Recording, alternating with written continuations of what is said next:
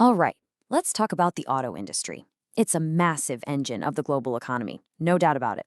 But right now, it's at a serious crossroads, hitting some major bumps in the road that could completely change how we all get from point A to point B. Yeah, beyond the shiny new models and that new car smell, there's a whole world of complexity. There are some critical risks that are reshaping the future of driving as we speak.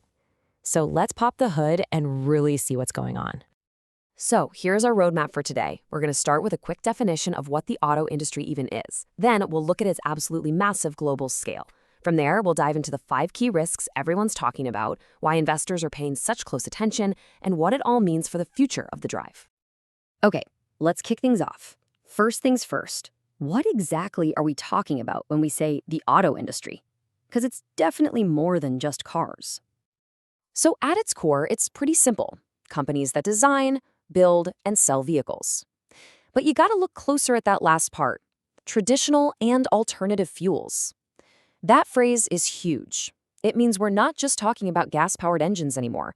This now includes the entire electric vehicle revolution that is completely shaking the industry to its core. And the scope is probably wider than you think. It's not just cars, but light trucks and motorcycles too. And who are the customers? Well, it isn't just you and me walking into a dealership.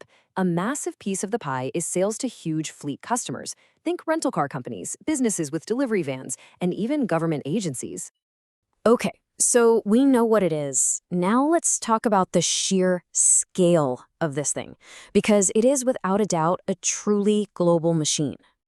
And this is just the perfect way to picture it. It's not some simple straight line.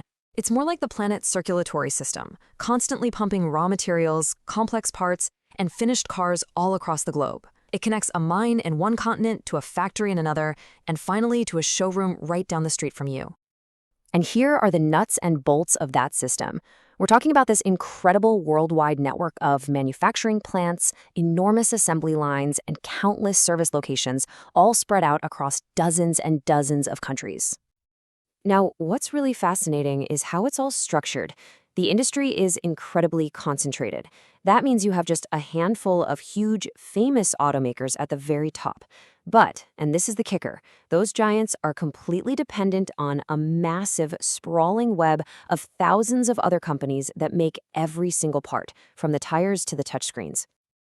Okay, so we've established that it's big, it's global, and it's complicated. Now let's get to the real heart of the matter. The 5 key sustainability risks that are basically defining its future.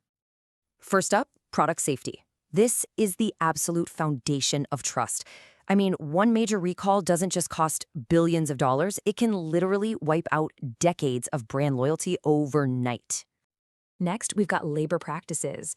With that globe-spanning supply chain we talked about, making sure every single component is made ethically, that's a huge and constant challenge. We're talking about everyone from the person on the factory floor to the miners digging up raw materials. Third is the big one, fuel economy and emissions. With all the focus on climate change, the pressure from governments and from consumers to make cleaner, more efficient cars is just immense. This right here is the #1 force driving that whole shift to electric vehicles.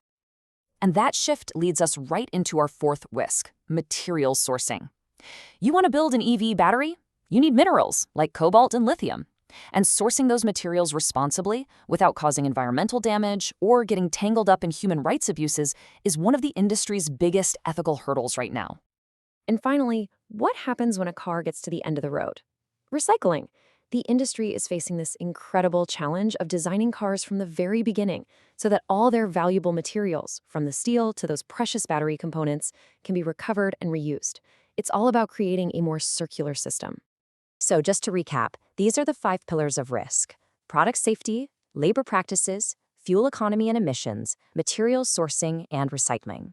And honestly, how well a company manages these 5 things is becoming the defining factor in whether they succeed or fail. So these are clearly huge operational problems. But why are financial investors, Wall Street, watching all this so intensely? Well, as always, you just have to follow the money. First off, you have to remember that this industry is a roller coaster by its very nature. Sales go way up when the economy is good, and they crash when it's bad. And on top of that, it's incredibly reliant on natural resources, which can have absolutely wild price swings. And here's the key takeaway.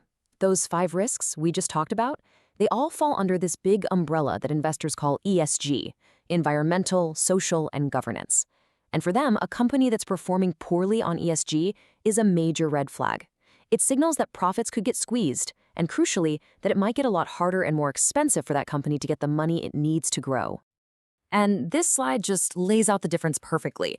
Companies that do well with ESG earn investor confidence, they get better access to capital, and they build a fantastic brand reputation. But the ones with weak ESG performance, they face nervous investors, they have to pay more for loans, and they open themselves up to some pretty significant financial losses. So, we've laid out a road ahead that seems full of risks. But as we start to wrap this up, let's try looking at this from a completely different angle.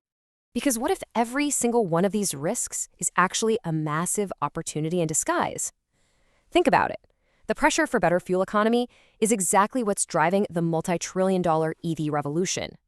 The challenge of sourcing materials is pushing brilliant people to innovate in battery chemistry and recycling. The absolute need for safety is what's speeding up the development of autonomous driving. And that leaves us with one final really powerful question. Is it possible that the automakers who truly master these risks won't just be the ones who survive, but will actually be the ones who lead the entire future of transportation? It's a fascinating thought for the road ahead. Thanks for watching.